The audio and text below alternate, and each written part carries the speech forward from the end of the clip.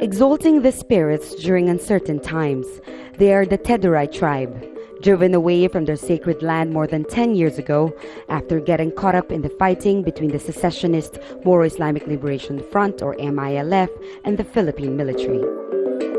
This former military detachment outpost has become their permanent shelter. Escaping the violence has not been easy, but they have found ways to cope. For villagers here, bunkers such as this one are an essential extension of their home. When fighting breaks out between the Philippine military and secessionist forces in the area, this is where they hide for safety. Mary Jane Dacan has seen many of her loved ones killed.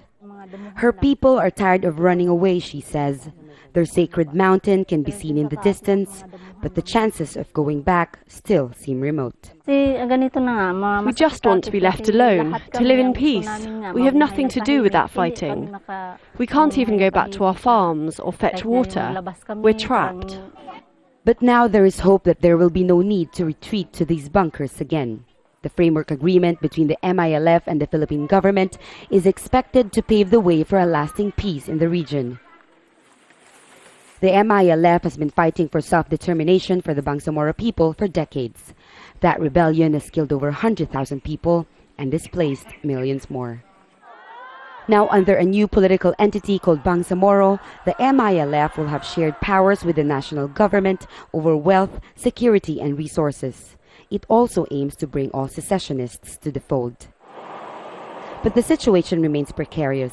Powerful clans and warlords have controlled and exploited local resources for decades, making the implementation of a new political framework even more difficult. In all these far-flung villages, these small villages, forgotten villages, their appeal to these potential spoilers is this: bear them in mind, because they are the ones who suffer, and they've been suffering for decades already. Are they not entitled to some respite? Are they not entitled? Have they not earned the right to finally live in peace? Both the Philippine government and the MILF have assured the rights of indigenous people will be protected under this new agreement. But for now, all the Tedurays can do is hope. They pray their lives will finally change for the better, hoping that they will never again be caught up in a war that has little to do with them. Jamela, Alindogan, Al Jazeera, Mindanao, Southern Philippines.